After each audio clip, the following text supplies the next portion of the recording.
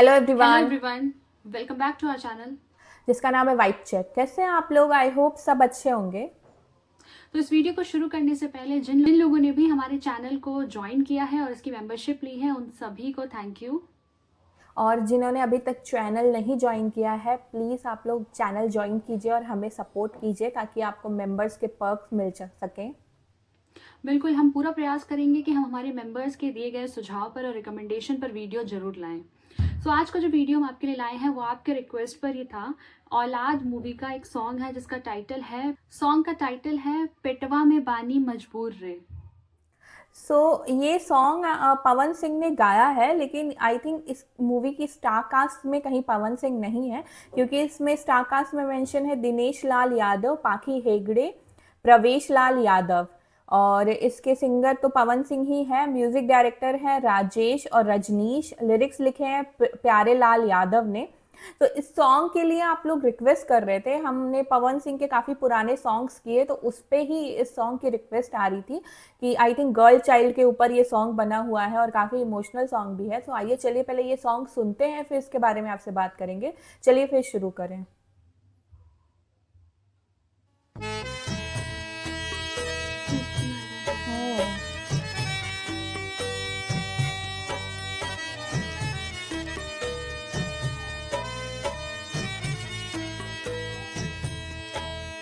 देखनी ना माई तोहके, देखनी ना बाबूजी के, पेटवा में बनी मजबूर रे।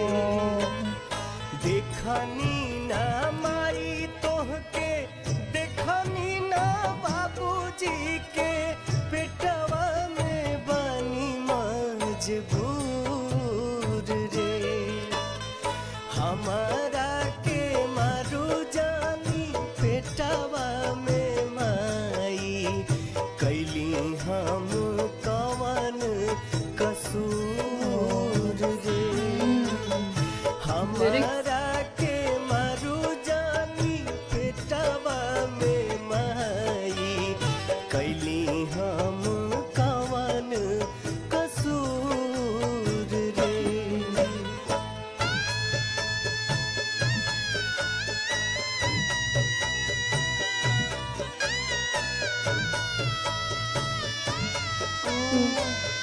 म्यूजिक भी इतना इमोशनल है। काहे मोर माई कैलू बजरे के छतिया, जन्म से पहिले तू देलू महुतिया। लाइन काहे मोर माई कैलू बजरे के छतिया, जन्म से पहिले तू देलू महुतिया। भैया के दूध दी है हमरा के पनिया ओहो। रे। भैया के दूध दी है हमरा के पनिया रे। मांगब नहीं सेव अंगूर रे। हमारा के मारू जानी पेटवा में माई, कैली हम कवन कसूर रे। हमारा के मारू जानी पेटवा में माई, कैली हम कवन कसूर रे।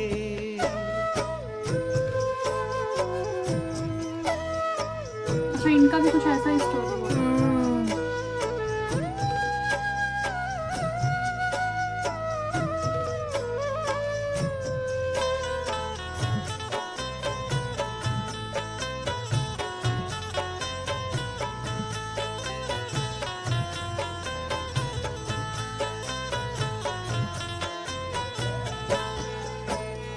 बानी हम अन्हारे घरे, बहरा नयाई।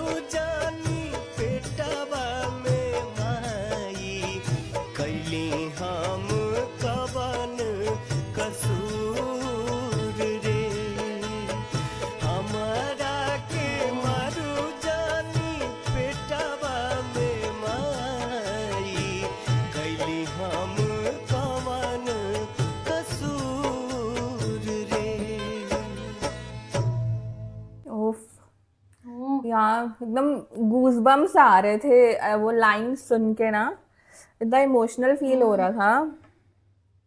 ओ गॉड, और एक तो इतना कमाल से गाया है, ऐसा लग रहा है कि एक एक वर्डिंग्स वो फील कर रहे थे, वो पेन फील कर पा रहे थे।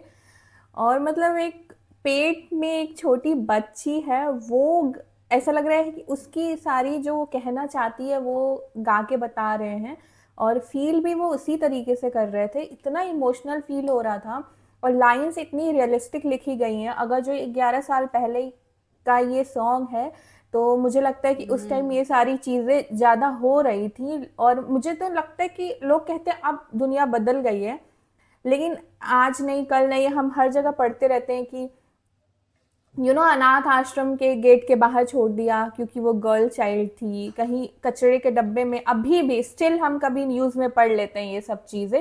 सो आई डोंट नो कि कहाँ तक ये सब चीज़ें रुकी हैं या चेंज हुई हैं, क्योंकि 11 साल पहले तो जब ये सॉन्ग आया होगा तो उस टाइम तो ये सारी चीज़ें बहुत ही ज़्यादा हो रही थी। सो ये सॉन्ग सुनने के बाद आई डोंट थिंक कि कोई भी अपने इमोशंस कंट्रोल कर पाएगा। एक तो म्यूज़िक भी इतना पेनफुल लग रहा था, इतना इमोशनल लग रहा था, और इतने कमाल से गाया है उन्होंने।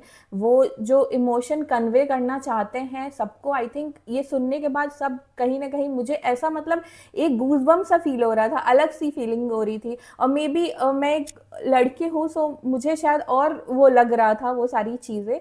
लेकिन ये सॉन्ग ऐसा है ना कि अगर जो कोई बॉय या कोई मैन भी सुनेगा तो उसको भी ये फील हो जाएगा कि मतलब ये है। और इतना इमोशनल फील हो रहा था, एक एक लाइन इतनी अच्छी लिखी हुई है, लिरिक्स इतने कमाल के लिखे हुए हैं, और पवन सिंह की आवाज़ में इतना अच्छा लग रहा था ये सॉन्ग। मतलब सीरियसली बहुत ही अच्छा सॉन्ग था।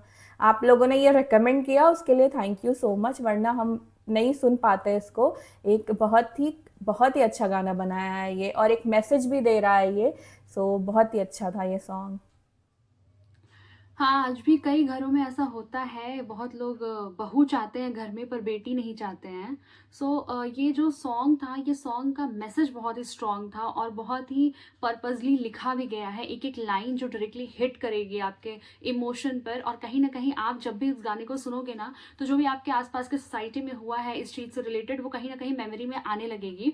बिकॉज रियल इंसिडेंट भी ऐसा है जो बहुत बार सुना है। यहाँ पे पेट में मतलब मारने की बात कर रहे हैं गर्ल चाइल्ड को। बहुत बार जब जन्म देने के बाद पता चलता है कि वो बेटी है, तो जन्म दिए हुए नवजात शिशु को, बेटी को मार देते हैं। ऐसा भी इंसिडेंस है। ये सारी चीज़ें आज भी हैं। हाँ, मतलब ये है कि शायद उस चीज़ को करने का तरीका बदल दिया गया है, या पर्दे के पीछे कर दिया जाता है। फॉर एग्जांपल आज भी हम कहते हैं कि जेंडर चेक नहीं किया जाता है, बट लीगली नहीं किया जाता है, ये कह सकते हैं। अदरवाइज हर चीज़ का एक लूप होल ढूंढ करके उस चीज़ को भी अपने स्तर से लोग पता कर लेते हैं, और ऐसे इंसिडेंट सुनने में आते हैं। बट कानून कितना भी बन जाए, लेकिन जब तक खुद इंसान की, यानी हमारे पब्लिक का मानसिकता नहीं बदलता, तब तक सोसाइटी में सुधार नहीं आ सकता है। और पब्लिक की मानसिकता हम बदल कैसे सकते हैं, उसका एक जरिया हमारा सिनेमा भी है।